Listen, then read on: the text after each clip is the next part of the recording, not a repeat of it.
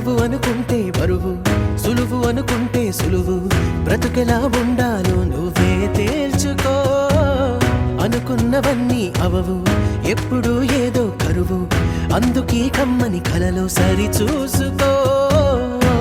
వేసవికి మామిడి పళ్ళు, వానలకు ఆహరి వేళు, చలికి ముక్కుల ముంగిళ్ళు, కష్టాలకిలా చిరునవ్వే చాలు. చేదైనా గాని ఇష్టంగానే తింటున్నామంటే అదే ఉగాదని అంటాం. ఏ కష్టాలు